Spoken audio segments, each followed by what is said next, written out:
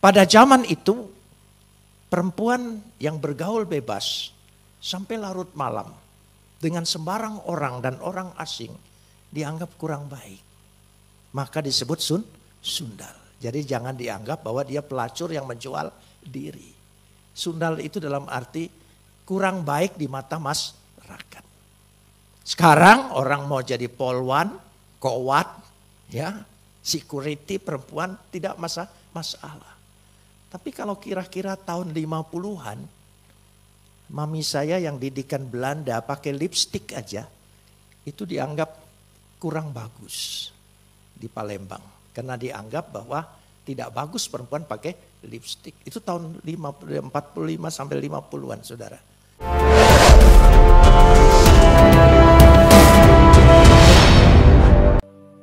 Besem haab we haben werwa hakodes Elohe Ehad. Dalam nama Bapa, Putra dan Roh Kudus, Tuhan yang Esa. Bapa di sorga, kami memuji dan mengucap syukur kepadamu atas segala kasih, karunia, anugerah, limpah rahmat dan berkat-Mu, atas segala perkenanan hidup yang Tuhan berikan bagi kami, pemeliharaan-Mu, penyertaan kasih setia-Mu, perlindungan-Mu yang terus-menerus mengiringi setiap langkah-langkah kehidupan kami. Untuk itu kami mau menaikkan ucapan syukur kami yang tak terhingga kepadamu. Seraya senantiasa menyerahkan diri kami di hadapan Engkau, sebab di dalam Engkau kami akan terpelihara dengan sempurna, karena Engkau adalah pemelihara yang kekal. Saat ini di tengah-tengah persekutuan ibadah kami, di hadapan hadirat Tuhan yang telah turun meliputi, memenuhi kami ingin meneduhkan hati kami, menundukkan pikiran kami kepada otoritas kedaulatan firman-Mu. Karena firman-Mu itulah yang mengandung segenap kebenaran dan janji-Mu yang akan Kau berikan bagi kami untuk menjadi milik kami. Karena Roh-Mu itu sendiri yang akan mengerjakannya di tengah-tengah pewartaan ini. Terima kasih Bapa, dalam nama Yesus kami berdoa. Amin. Silakan.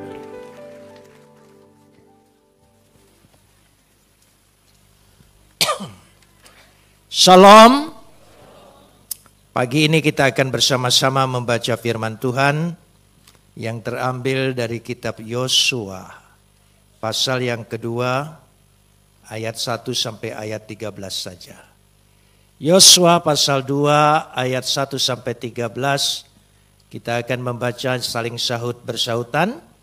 Saya akan awali ayat yang pertama, lalu jemaat menjawab ayat kedua, dan seterusnya saling ganti bergantian sampai tiba pada ayat 13. Yosua bin Nun dengan diam-diam melepas dari Sitim 2 orang pengintai. Katanya, pergilah, amat-amatilah negeri itu dan kota Jeriko. Maka pergilah mereka dan sampailah mereka ke rumah seorang perempuan sundal yang bernama Rahab, lalu tidur di situ. Ayat 2.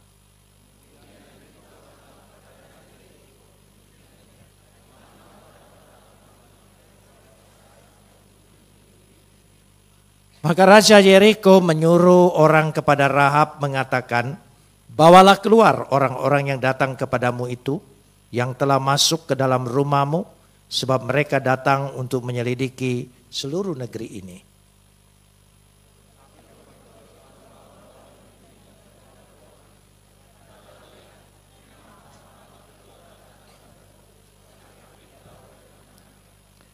Dan ketika pintu gerbang hendak ditutup menjelang malam, maka keluarlah orang-orang itu.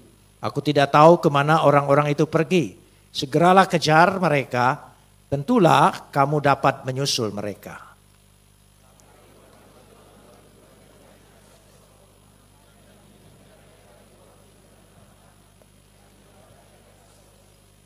Maka pergilah orang-orang itu mengejar mereka ke arah sungai Yordan, ke tempat-tempat penyeberangan, dan ditutupnyalah pintu gerbang.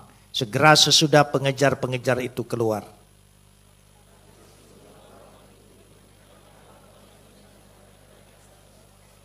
Dan berkata kepada orang-orang itu, aku tahu bahwa Tuhan telah memberikan negeri ini kepada kamu, dan bahwa kengerian terhadap kamu telah menghinggapi kami.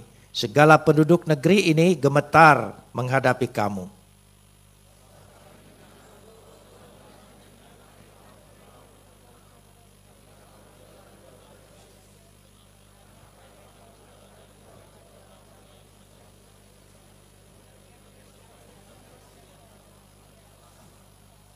Ketika kami mendengar itu, tawarlah hati kami dan jatuhlah semangat kami.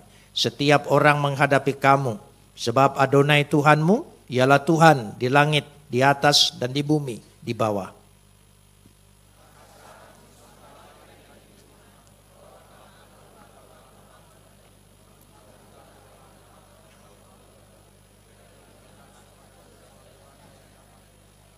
Bahwa kamu akan membiarkan hidup ayah dan ibuku, saudara-saudaraku yang laki-laki dan yang perempuan, semua orang-orang mereka, dan bahwa kamu akan menyelamatkan nyawa kami dari maut.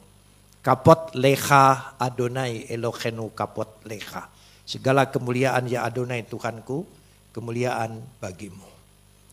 Yosua adalah figur yang sudah dipersiapkan oleh Musa untuk melanjutkan kepemimpinannya sehingga membawa umat Israel memasuki tanah perjanjian, tanah Kanaan. Sudah barang tentu dia mendapat didikan yang secara khusus sehingga dalam kepemimpinannya, strateginya, organisasinya dia lanjutkan apa yang sudah dilanjutkan oleh Musa. Ketika Musa mengirimkan Yosua sebagai 12 pengintai, maka Yosua pun mengulangi kembali. Dia mengirimkan 2 orang untuk mengamat-amati kota Jericho. Dan mereka tiba, dikatakan di situ dengan jelas sekali pada ayat ini, yaitu mereka tiba dari Sitim. Sitim itu Abel Sitim. Abel Sitim itu berada di dataran Moab, dekat Yordan dan dekat lembah sungai Yordan. Jadi sangat dekat sekali dengan kota Jericho.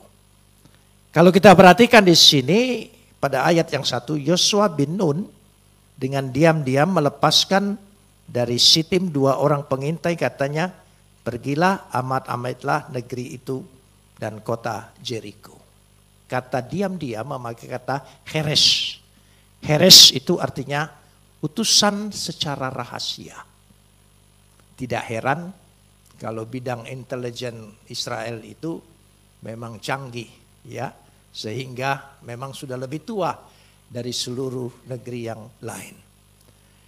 Karenanya ketika mereka mengutus itu secara diam-diam, perhatikan ayat 1b. Saudara perhatikan, simak masih ayat 1. Maka pergilah mereka dan sampailah mereka ke rumah seorang perempuan sundal yang bernama Rahab, lalu tidur di situ. Kalau Anda baca itu, kepikir enggak pikiran negatif? Jangan sok rohani, jujur aja, saudara. Jadi kenapa dia pergi ke sana? Saya perlu jelaskan dulu. Status Rahab yang disebut sundal, zona, itu bukan rumah pelacuran. Jadi ada rumah-rumah di benteng perbatasan, terutama yang dekat pintu gerbang. Dan Rahab salah satu penjaga. Dan tentu saja dia banyak kedatangan tamu untuk menginap di tempatnya.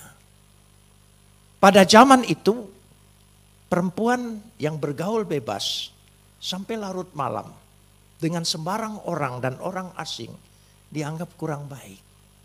Maka disebut sundal. Jadi jangan dianggap bahwa dia pelacur yang menjual diri. Sundal itu dalam arti kurang baik di mata masyarakat.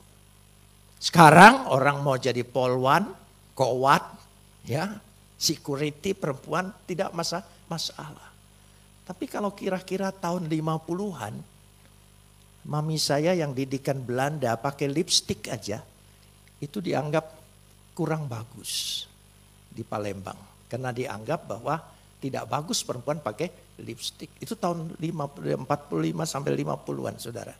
Sekarang saya pikir tidak ada lagi orang yang mengatain perempuan pakai lipstik dengan negatif. Tentu saja tidak.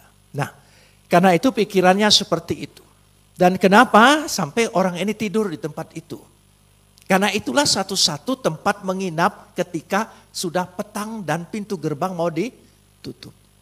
Jadi tempat di situ lebih netral dan lebih segala sesuatunya. Tetapi diketahui oleh raja.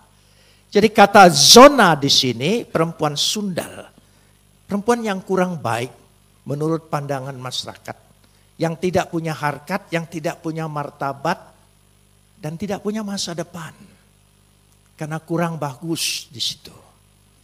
Nah dikatakan sini, diulang-ulang kalau saudara baca di Yosua pasal 6 ayat 17 dan 25. Berulang-ulang kata sundal, sundal, sundal.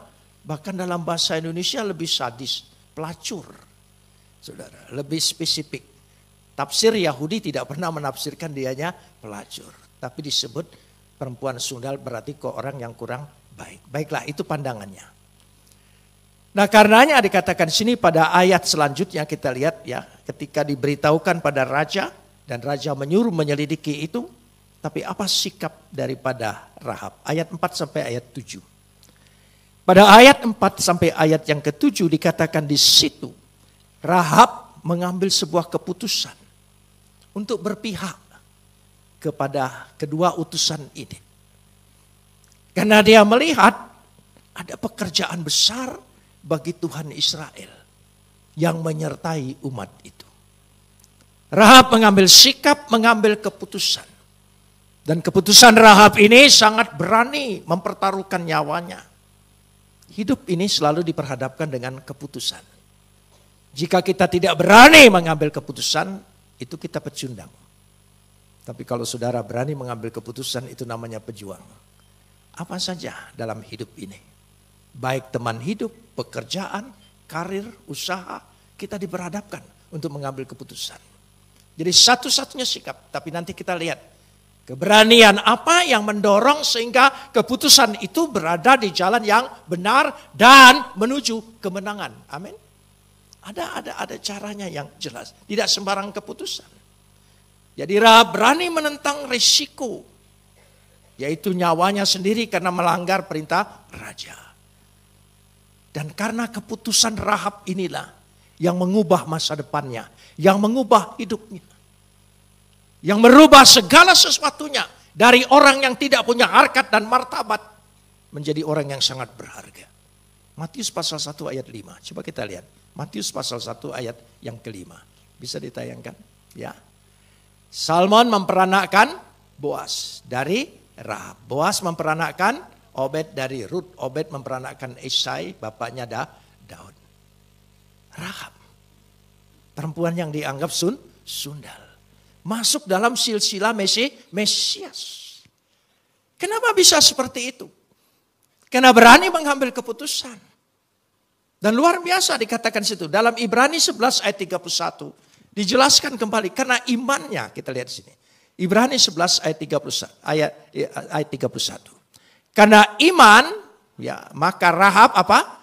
Perempuan sundal itu tidak turut binasa bersama-sama dengan orang-orang durhaka.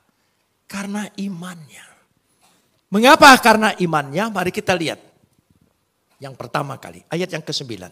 Kita lihat ayat yang ke-9. Dikatakan di situ. Ayat yang ke-9.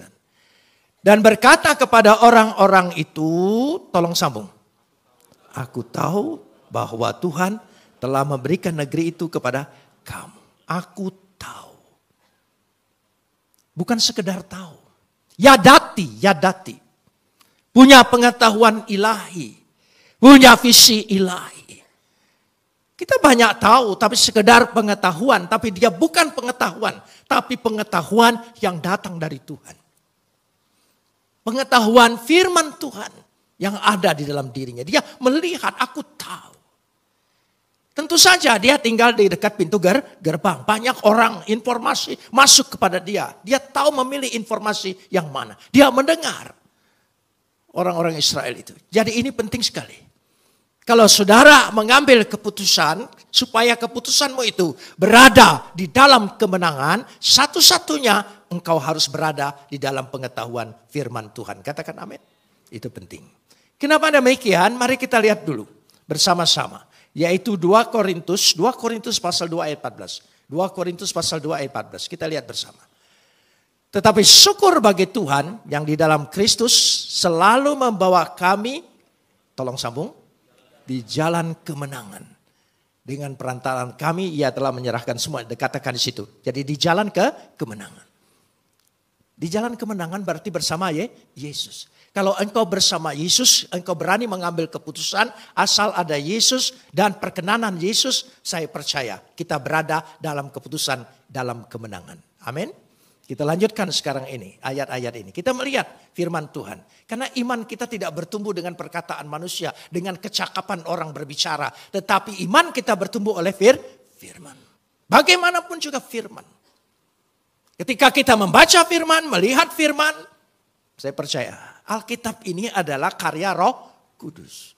Karena karya Roh Kudus menggerakkan para penulis sehingga terjadi firman Tuhan. Alkitab ini tertulis. Ketika engkau membaca berarti ada karya Roh Kudus. Peranan Roh Kudus bekerja, berkarya ketika kita membaca firman Tuhan. Itu kekuatan iman kita. Bukan karena kecakapan orang. Tapi karena firman. Peganglah firman Tuhan senantiasa. Karena itu jelas sekali kalau kita perhatikan lihat kata tadi. Ya, karena dikatakan situ dia tahu bahwa Tuhan memberikan negeri ini kepada kamu. Ya, dia jelas sekali. Kinatan Adonai Lahem et Haaretz. Sebetulnya bukan negeri, tanah. Aretz, Aretz itu tanah. Kalau negeri itu bahasa Ibraninya Ir. Ir itu negeri, kota. Jadi bukan kota ini Yeriko saja yang akan diberikan Tuhan kepada kamu. Tapi Haaretz, seluruh tanah Kanaan ini akan diberikan Tuhan kepada kamu. Kota Yeriko awal dari pemberian Tuhan. Saudara sudah menerima pemberian Tuhan? Itu awal. Masih banyak lagi pemberian-pemberian Tuhan yang dinantikan oleh kita. Yang pasti kita akan terima dengan iman. Katakan amin. Ya, itu kita. Jadi awal saja Ir itu kota itu sedikit. Aretz itu tanah Kanaan. Dia akan berikan. Dia karena akan diberikan. Ayat yang ke-10. Mari kita lihat ayat yang ke-10. Mari kita lihat bersama-sama ayat yang ke-10. Sebab, tolong sambung. Kami mendengar bahwa Tuhan telah mengeringkan air laut Tiberau di depan kamu. Kami mendengar. Samanu. Kita banyak mendengar. Tapi mendengar karena mengimani. Dia melihat perbuatan-perbuatan Tuhan. Jadi dengan kata lain dia mendengar. Dia percaya. Saudara sekarang dengar firman Tuhan? Firman Tuhan ini kita harus ketika kita mendengar. Kita mendengar perbuatan-perbuatan Tuhan. Pekerjaan-pekerjaan Tuhan. Kuasa Tuhan yang dinyatakan. Ditulis dalam Alkitab. Amin. Jadi bukan kita mendengar dan kita tahu ya firman Tuhan dari sudut bahasanya, dari sudut tata bahasanya, dari sudut sejarahnya. Bukan itu yang penting. Kita mendengar setiap kita membaca firman Tuhan. Ada perbuatan-perbuatan Tuhan. Ada pekerjaan-pekerjaan Tuhan. Yang Tuhan nyatakan di situ dan kita imani. Pasti itu menghadirkan kembali di dalam kehidupan kita. Kita lanjutkan sekarang ini. Ayat 10. Aku mendengar. Tolong sambung. Bahwa Tuhan. Ya, pelan-pelan. Sebab kami mendengar bahwa Tuhan telah apa? Telah apa? Lanjut, telah mengeringkan apa? Yang dikeringkan itu apa? Hufish, dia kering. Air laut. Bukan kolam, bukan tambak. Bukan danau. Air laut yang besar itu dia keringkan. Itulah perbuatan Tuhan, itulah pekerjaan Tuhan. Apapun hambatanmu, apapun halanganmu, seberapa besar hambatan itu, Tuhan sanggup keringkan itu semua sehingga engkau berjalan di tanah yang kering. Hufish itu kering, bukan becek. Kalau Tuhan melakukan perbuatannya tidak pernah setengah-setengah, total. Mari kita imani, ini perbuatan Tuhan. Saya percaya hidup ini banyak sekali tantangan, rintangan, hambatan. Banyak sekali. Menghalangi kita berhasil. Menghalangi kita untuk mencapai kemenangan. Menghalangi untuk mengangkat harkat dan martabat hidup kita. Banyak sekali. Tapi percayalah. Kalau air laut saja Tuhan sanggup keringkan. Apa saja yang menjadi hambatanmu saat ini, Tuhan sanggup keringkan. Engkau akan memberikan kemenangan. Amin. Hufis. Coba ucapkan. Hufis, kering. Saya ingin kasih contoh. Kadang-kadang orang tidak percaya mukjizat. Baca Alkitab tidak percaya. Makin belajar makin tidak percaya. Pengalaman saya mimpin sekolah teologi. Saya pernah jadi ketua atau istilah orang lain lebih menterengnya rektor. Sekolah teologi selama 17 tahun. Mahasiswa itu mulai belajar. Ada kritik teks, kritik historis, kritik sastra. Jadi Alkitab itu dari sudut bahasa dan sebagainya. Karena terlalu belajar banyak, ya metode-metode itu. Sampai tidak percaya lagi mujizat yang ada dalam kisah Alkitab. Salah satu mahasiswa saya tanya saya di kelas begini. Pak, waktu Musa mengeringkan laut, itu bukan lautnya kering. Memang surut. Airnya pas surut. Karena ada arus berbalik, maka surut. Akhirnya sebatas lutut. Maka mereka bisa menyeberang. Saking tidak percaya mujizat, ingin merasionalkan, ingin memasuk akalkan mujizat tentang Tuhan mengeringkan air laut. Itulah otak manusia, suka mengotak-atik Tuhan. Padahal otak itu diciptakan oleh Tuhan. Mestinya taat dengan penciptanya. Tapi kita ingin mengotak-atik bahkan memberontak kepada Tuhan. Terus saya bilang gini, jadi kamu tidak percaya Tuhan mengeringkan lautan? Tidak. Lalu kamu tidak percaya mujizat? Iya, tapi kamu buat mujizat baru.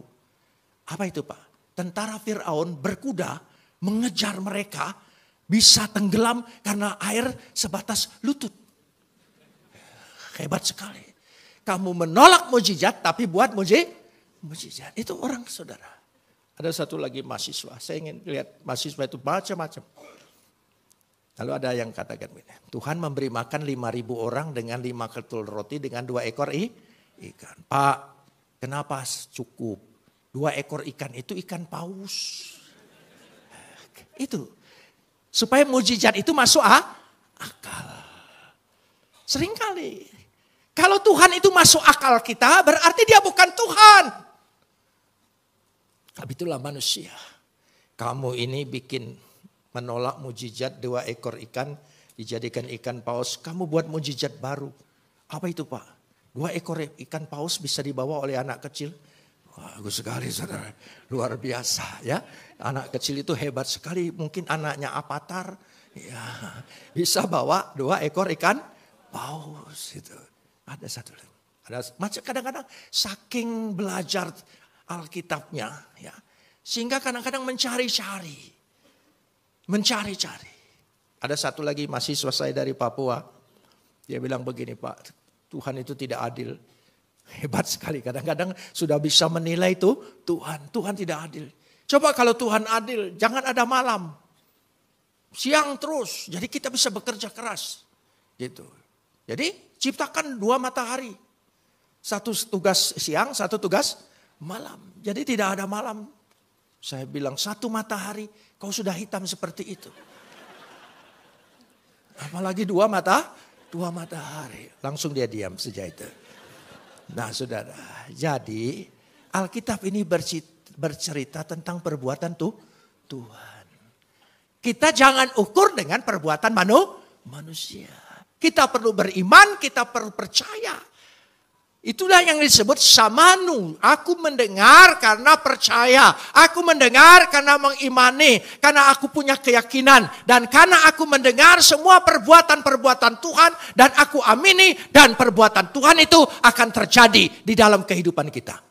Bagi kita yang mengimani. Beri kemuliaan bagi dia. Amin. Ya.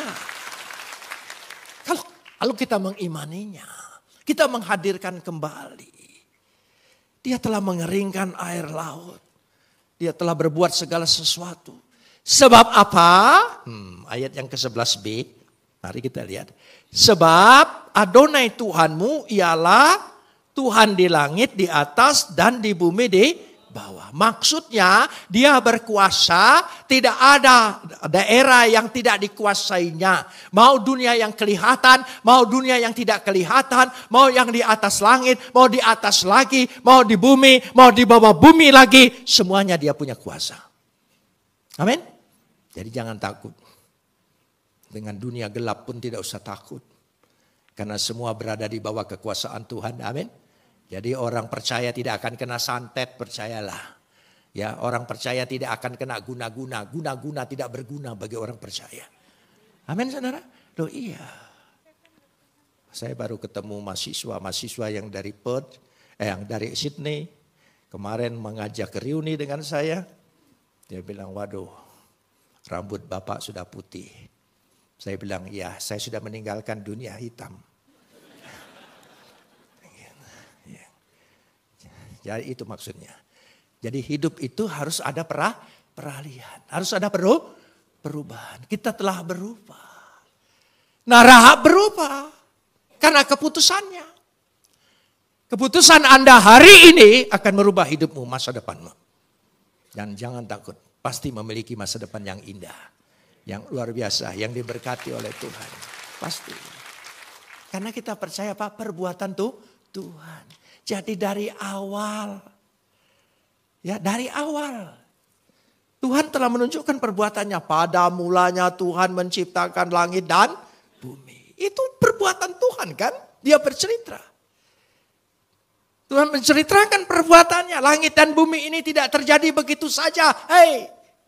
Tapi aku yang berbuat. Pada mulanya Tuhan menciptakan langit dan bumi. Bereshit bara Elohim et hasisamayim wh. Aku menciptakan langit dan bumi. Kata bara menciptakan dari tidak ada menjadi ada. Kalau Tuhan tidak mengadakan, tidak ada yang ada. Karena Tuhan sanggup mengadakan segala yang ada. Katakan amin. Ya, apapun yang kau minta, Tuhan sanggup mengadakannya. Apa? Minta apa? Dia sanggup mengadakan. Langit bumi aja dia adakan. Masa dia tidak sanggup mengadakan untuk hidupmu, makananmu, rezekimu, masa depanmu. Katakan amin. Ya, dia sanggup adakan itu. Asal kita mengimani. Jadi ada dua kata kunci. Yadati, pengetahuan ilahi. Yaitu firman. Atas dasar firman Tuhan. Yang kedua, mendengar karena percaya. Dua konsep ini yang dipegang oleh Rahab. Membuat Rahab luar biasa. Perempuan yang disebut berulang-ulang. Ya, sundal-sundal, pelacur-pelacur. Harkatnya masuk. Pada waktu saya baca ini. Kenapa ya waktu dibaca Matius. Rahab itu tidak diralat gitu. Karena sudah melahirkan, menurunkan Mesias.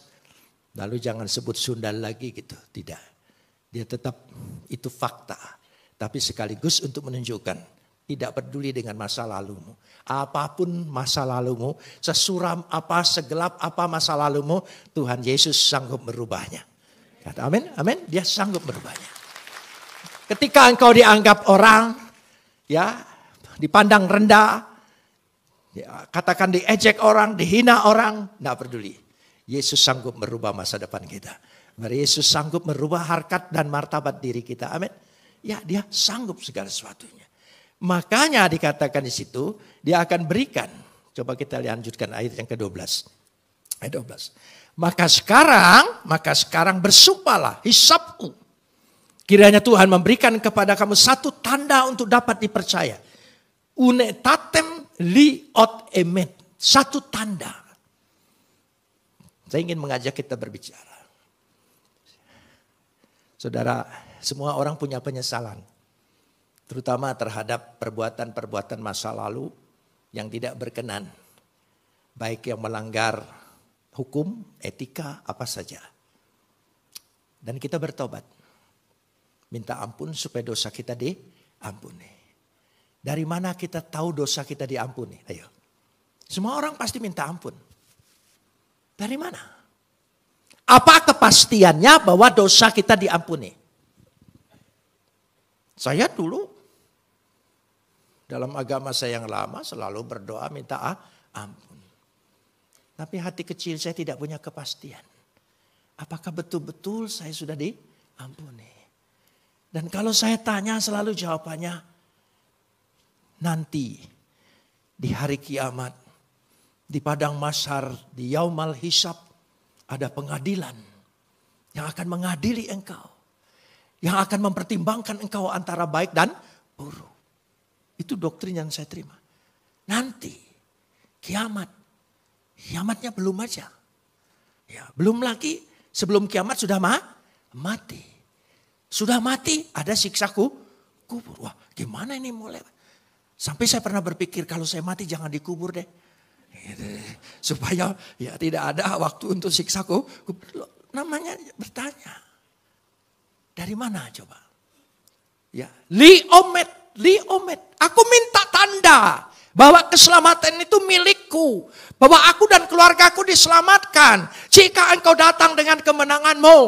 Itu satu tanda. Dia minta tanda. Tidak ada tanda.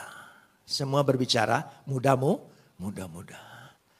Jadi hidup dalam keraguan, kebimbangan dan tidak ada kepastian. Tapi dalam Yesus, dia mati buat saya dan saudara. Dia membebaskan, dosamu sudah diampuni. Aku sudah bayar tunai. Engkau tidak punya hutang dosa apapun. Engkau merdeka. Sungguh-sungguh merdeka. Tandanya tubuh dan darah Yesus. Karena itu kita punya tanda paling membanggakan. Padahal tanda yang dikutuk, tanda yang menderita, tanda yang tidak elok, yaitu penderitaan. Salib. Kenapa orang Kristen bangga dengan salib?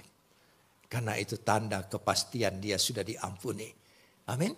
Tanda dia sudah memiliki kepastian, dia memiliki keselamatan. Amin. Ini yang diminta. Berbahagialah kita yang sudah pasti diampuni. Amin. Saudara menerima Yesus sudah mati bagi saya dan saudara. Oh iya, dia sudah bangkit bagi saya dan saudara. Dia akan datang kembali. Tidak ada yang bakal datang kembali. Mati aja gak bangkit-bangkit. Saudara, tapi dia sudah bangkit. Dia buktikan. Bersyukur, beri kemuliaan bagi dia. Buat Yesus. Semata-mata hanya buat Yesus. Di situ. Karena itu saya percaya Yesus. Karena dia memberikan kepastian. Apapun saya harus tanggung keputusan saya. Ketika saya memilih Yesus, percaya Yesus. Yesus adalah Tuhan dan Juru Selamatku. Saya harus menanggung risiko 6 tahun dalam penjara. Itu keputusan. Harga yang harus dibayar. Tidak soal. Tuhan kasih bonus. 6 tahun di penjara tidak rugi. Karena Tuhan berikan panjang umur. Dengan kesehatan. Tidak ada penyakit. Ya.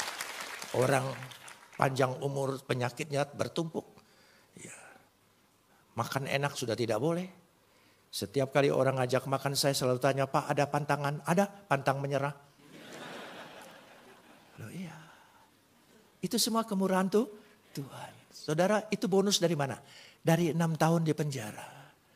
Jadi kalau saudara mau dapat bonus itu. Ya, ini orang Kelapa Gading ini cerdas saudara ya. Belum dilanjutkan ngomongan udah ngerti gitu ya.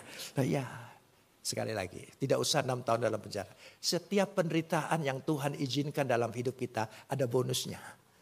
Nah, saudara aminin? Ada bonusnya. Amin. Bonus selalu diambil akhir. Bukan awal. Kalau awal itu utang. Saudara, dia bonus selalu akhir. Percayalah, selesaikan penderitaan itu, saudara akan menikmati bonus yang Tuhan berikan dalam hidup kita.